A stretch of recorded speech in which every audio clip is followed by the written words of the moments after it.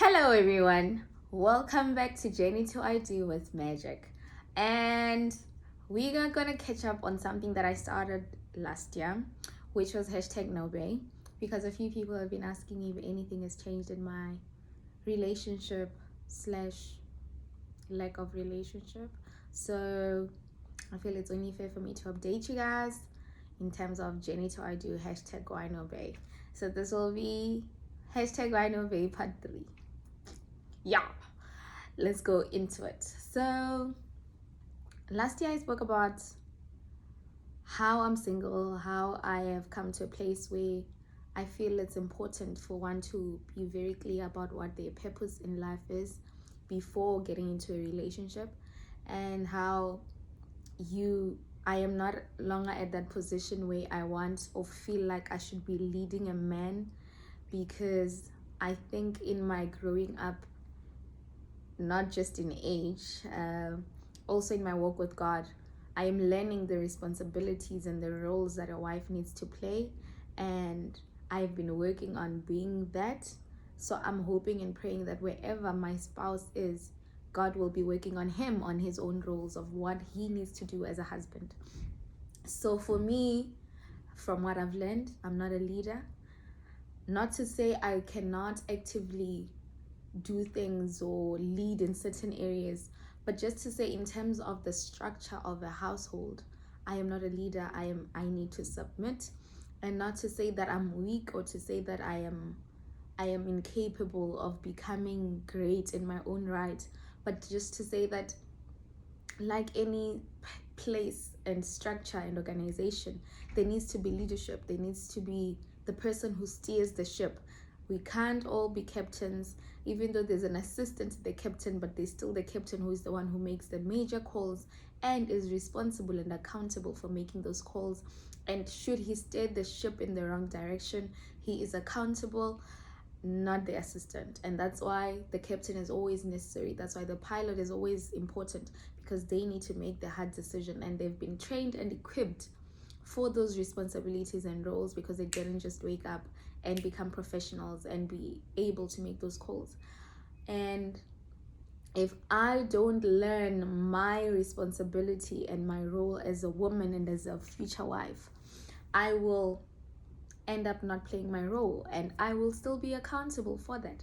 So coming back, I said I have been working on learning my roles biblically, and also based on the women I interact with, women who are both married, some who are divorced, some who are transitioning out of their relationships, and some who are even working on their marriages that broke in the past and are now trying to reconcile with their partners. So I have been fortunate enough that I'm surrounded by people whom I get to learn from, and God is always making me meet people who allow me to be able to be in a position to see things that I wouldn't necessarily see or know.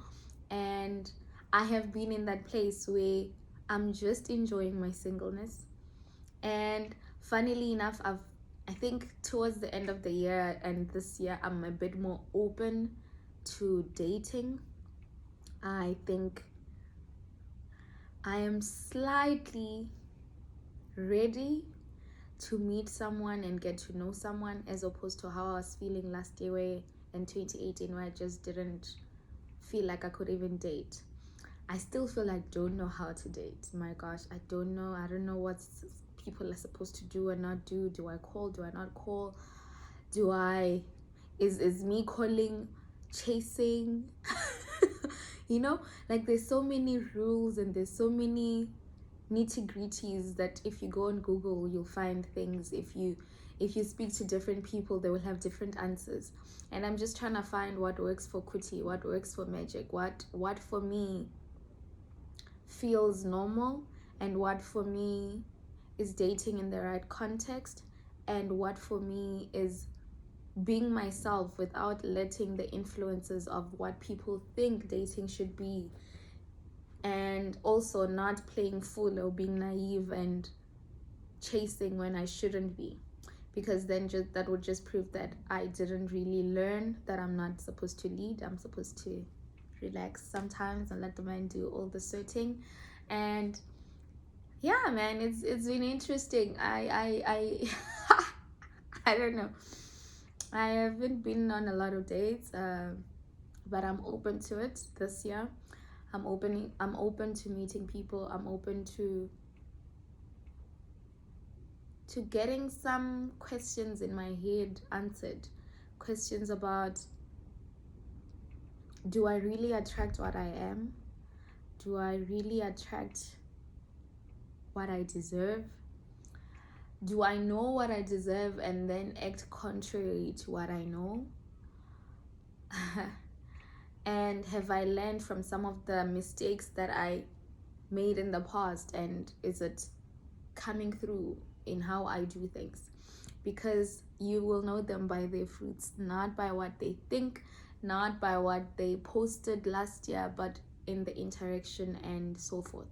Because I am not, all of me isn't what you see posted, right? And I always say, people always look great from a distance than when you get to know them, and people always look worse off from a distance than when you get to know them.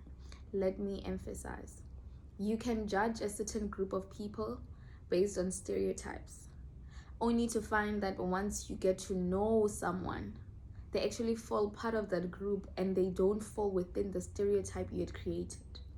Example, you meet a Christian person. You don't know they're Christian, but you interact with them and you're like, I really like this person. Somewhere down the line, you realize this person is a Christian, and in your head you had an idea about how Christians are, how they're judgmental, how they behave all holier than thou, that they don't interact with everyone, they isolate themselves. And you're like, actually this person is quite dope and they're Christian. So maybe, just maybe, all Christians are not the same and we shouldn't all label them as one thing. And you get the where you have an idea that all people who blog about a certain topic have their lives together and they're probably perfect, and if they're motivational, they're probably always motivated and they have everything figured out, only to get to know a Magic and realize Magic just doesn't have everything figured out. If anything, she is as vulnerable as every other female. She gets confused this time just like any other human being. She doesn't have all the answers. Sometimes she just wants to shadow and just be real and be like, y'all, this is just not working out how I thought it would work out. And it's in close relations where when people become vulnerable and show you who they really are, where you get to see the truth, and that truth comes in layers. That truth needs to be peeled off, and there are shells that people cover themselves in to protect themselves based on their experiences. And someone might say they're ready to date. I might say I'm ready to date, only to find that I still have shells that I need to be peeled off for me to get to a place where I can fully trust and be vulnerable with another human being without the thought of, will this work? Will I not sabotage it? Will I not overstress? Will I not overcare? Because sometimes what I interpret as love, or how I show love, might not be how other people show and receive love. And it's always tricky having two human beings getting to know each other and peel off their own layers without conflict, one, without disagreements, without identifying the differences, without going like, is this gonna work? Especially if you are all people who are very much aware of where you are, very aware of who you are and what you want. It's easy to just do things when you're not really conscious. It's easy to just go with the flow when you don't overthink.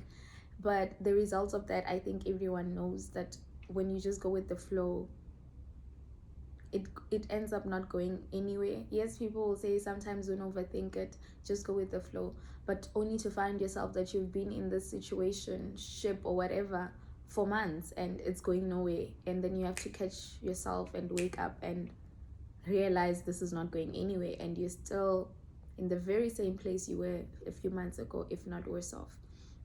But when you become conscious about what you're looking for, conscious about what it is you want, when you become conscious of where you are at in your growth, in your emotional well-being, in your mental well-being, in your career, in your health, in anything that might interfere with a relationship or with getting to know someone or being committed to someone, you become more conscious. You don't just do things, you don't just say words, you don't just act and just say, we'll see where the chips will fall. You actually become more intentional, and that is a good place to be. I always say people need to be honest with themselves. You even need to be more honest in a time when you are getting to know someone, or if you like someone. I always say I have conversations with myself about certain things. If I find myself liking someone or acting like I like someone, I go like, okay, Magic, you are acting a bit weird here. Like, why do you care that he hasn't called you in 2 days? Okay. And then I'm like, okay, maybe I like him. Then we start assessing, why hasn't he called in 2 days? Does it maybe mean he's not ready for a relationship? Is he maybe busy? Does he maybe need space? And what does space mean? Does space mean I don't talk to him until he speaks to me? Does space mean I just say, hey, just checking up on you, have a good day or week, later? See, I don't know how to date. I don't know how to date. I don't know. I don't know, and I don't believe in Googling how or listening to someone else tell you how to do it. I'm not trying to tell anyone how to date. I'm not trying to tell anyone how to be single. I'm just sharing my journey. And I'm not saying what I'm saying now is happening right now, or it really is. It's just how I've always felt, where I just don't know how to date. I think I'm a bit weird. I'm weird. I fall easy. Shoo. Why say I catch, but that's because I don't just like people. Like, I don't just like guys. So when I do like meet a guy whom I like, I'm just like, oh my gosh, I'm so likey. And I just go. And I literally have to catch myself, pull myself towards myself, and be like, ooh, chill, relax, calm down. It ain't that deep, girl.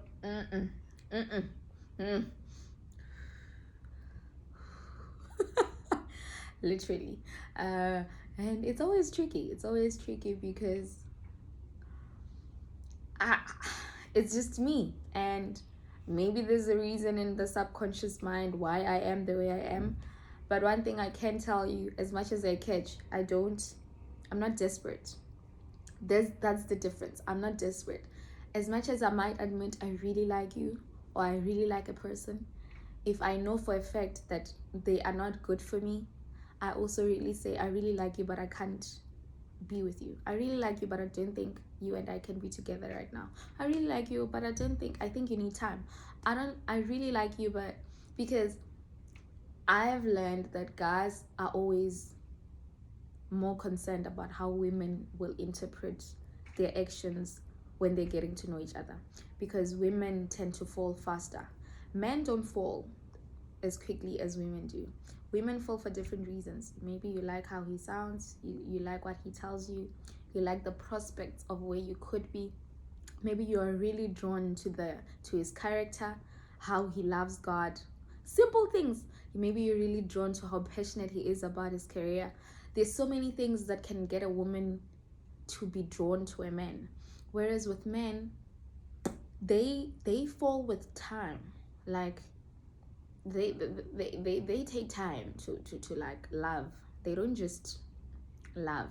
And even if they really like you, to move from I really like you to like I want to commit to you, that's like there are many stages in between. At least that's what I've learned from my minimal interactions with men. I've seen my friends go from this girl really is too much, like she just really likes me, and she's been pushing for us to go on dates, but for me we're just going out, like it means nothing. And then fast forward a few months later, this guy is the one now talking about the same girl, you'll literally go, is this the same girl? Where he's like, yeah, I really love her, and now we're thinking of moving in together. How? What changed? No, as I got to spend time with her. And sometimes it's not even planned getting to spend time with her. Let's say they will get to a place and all of a sudden this girl is there. Somehow the universe and people around this person keep drawing you guys to be in the same place at the same time. That's one of the signs, though. When in terms of signs, those who believe in signs, which I do, those are ones. That's one of the signs that would indicate whether God is pushing you or trying to get you guys to know each other, not necessarily to date, to know each other. And God's ways are higher than our ways. God works in different ways, guys. Like I do not box God, because some of the guys I've met in the most weirdest of ways, where I never ever thought that's how I would meet them. So what was I saying? So guys take longer to fall, whereas women are moved by emotions. We are also moved by, if this guy is doing something that you've always liked or wanted someone to do, and they just come day one and you don't even need to ask them, and they're just doing the right things. But just be cautious, though. Some people are just genuinely nice people, and a kingdom man should genuinely just be a nice person without needing or wanting anything more from you as a person. And I think that's where the whole Lord guide my heart, help me discern, help me to see things for what they are, and help me to put brakes, because sometimes you just need to put brakes. I promise you, if it's God's will, you don't need to rush it. If it's God's will, it'll happen. Even if it means you meet someone this year and you only get married 3 years from now, it's fine. And you guys maybe met, lost contact, boom, 2 years later you meet again, and it's like you never lost contact. I don't fear so much losing someone if I meet them. And I normally call it, I don't mind letting go. But it's not that it doesn't hurt, and it's not that it's easy. But for me, I always say, if something is mine, no matter how it doesn't, like how things look now, somehow God will make things work out for my good. If we cross paths, but somehow at that time when we meet, we are not in the right space to date, or there's just so much happening in one's life or the other. Because I have said before, you're not going to meet someone who's perfect. You're not going to meet someone who doesn't have a history or traumatic experiences. You're not going to meet someone who doesn't have baggage and luggage and whatever. But it's the timing of when you meet that person and the process that needs to take place after you do.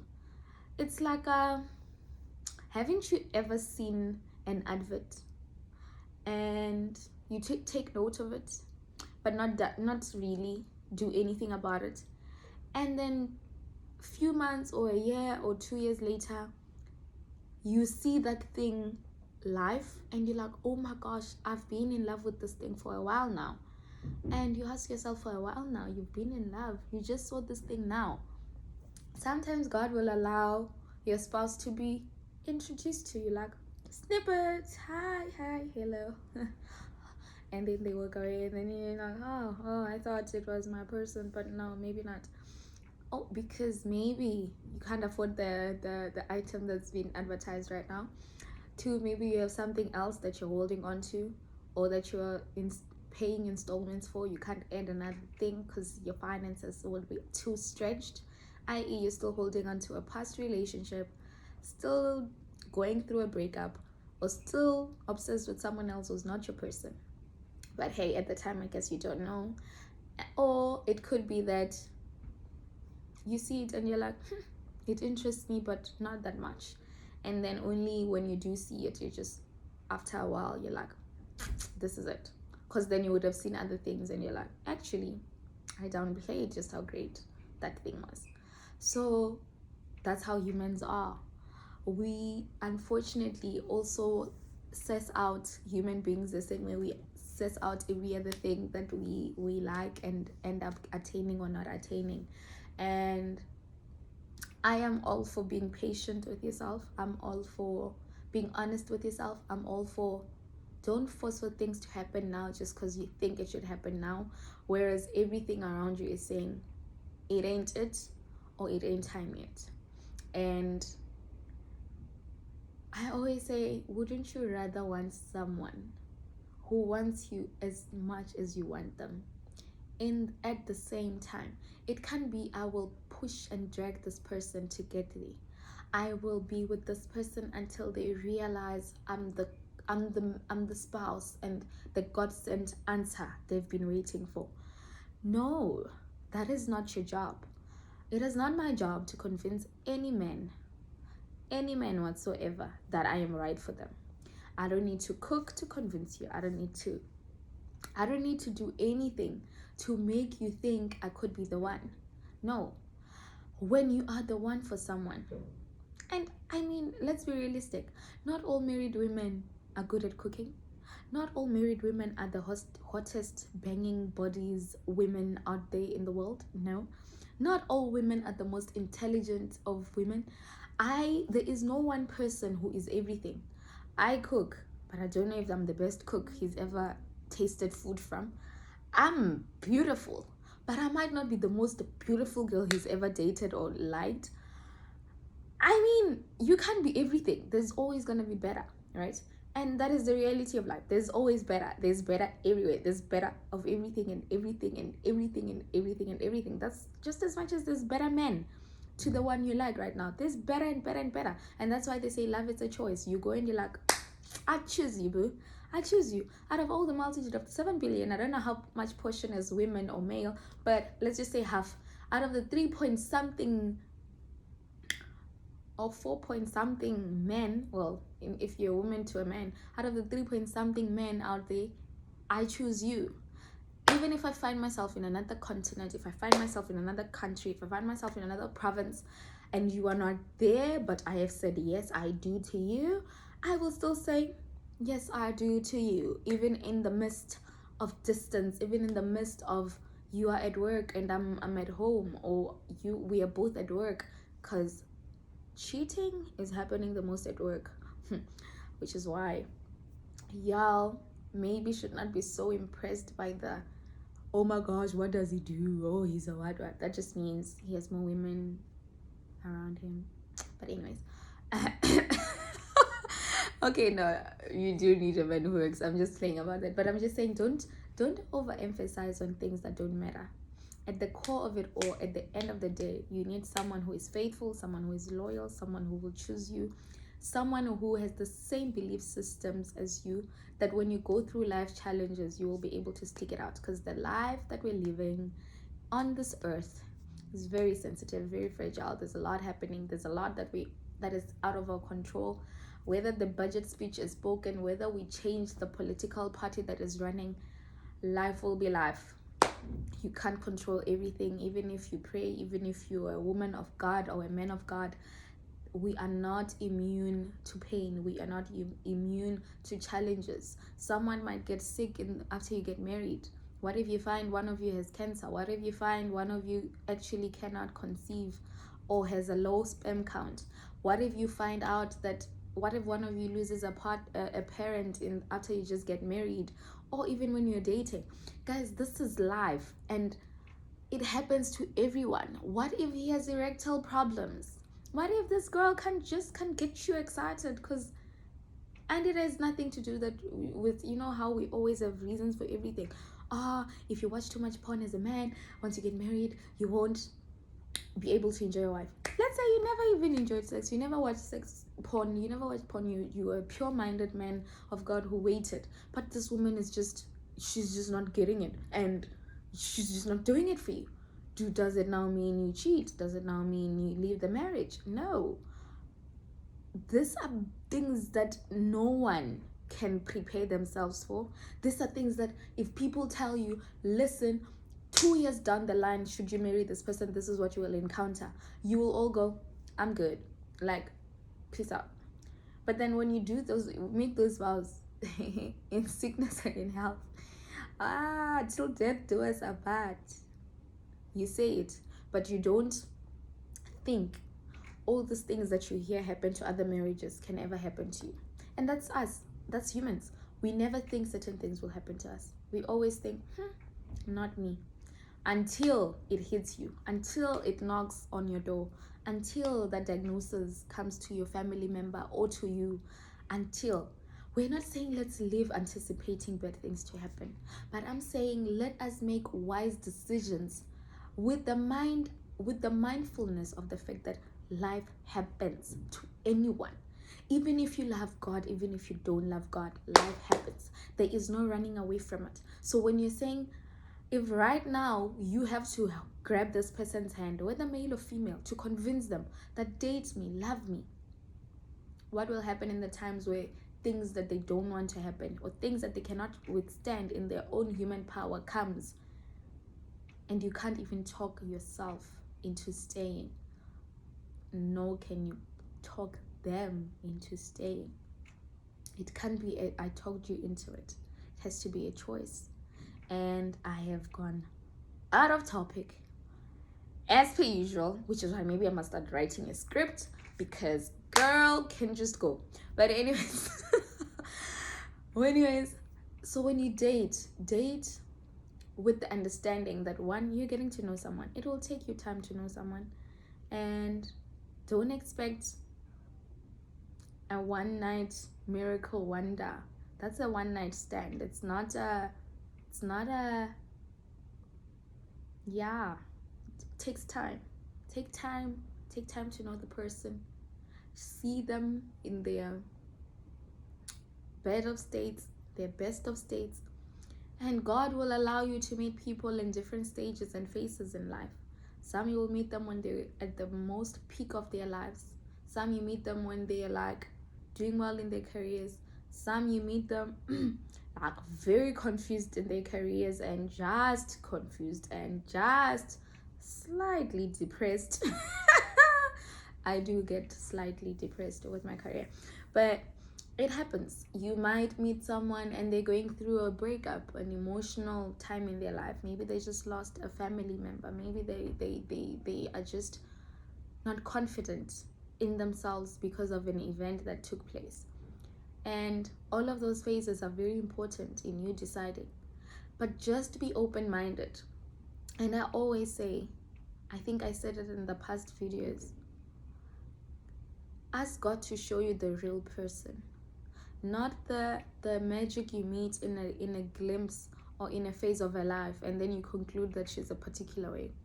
Not the guy you meet and then they may be going through a tough time and then you conclude on who they are. Or you meet them at their best times and then you conclude that that's who they are. Always ask God to reveal the real inner person. And even in times where you feel like giving up, if God wants you to not give up on a person, but that's when you have discernment, He will show you. He will either give you the ability to put aside your differences. He will either give you the ability to, even in the time when you are apart, should He decide to put you apart, for example, for any reason, like where the whole intro and then the person disappears for however long, God will protect in that time. God will not allow you guys to get yourself in situations that will lead to more problems. Even if you date other people, it will just not work. And He, at the time when it is time, He will align you guys, and at that time both of you will be ready. Both of you will be emotionally mature. Both of you will be spiritually mature. Both of you will be career and financially mature and steady, because that is very important. I mean, all of this is life, and as much as sometimes we want what we want when we want it, God has other plans, and it is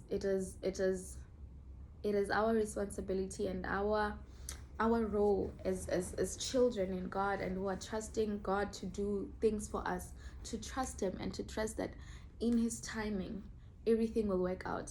If it's not happening yet, it's not meant to happen yet. And I promise you, when it is God's will, you don't need to rush it.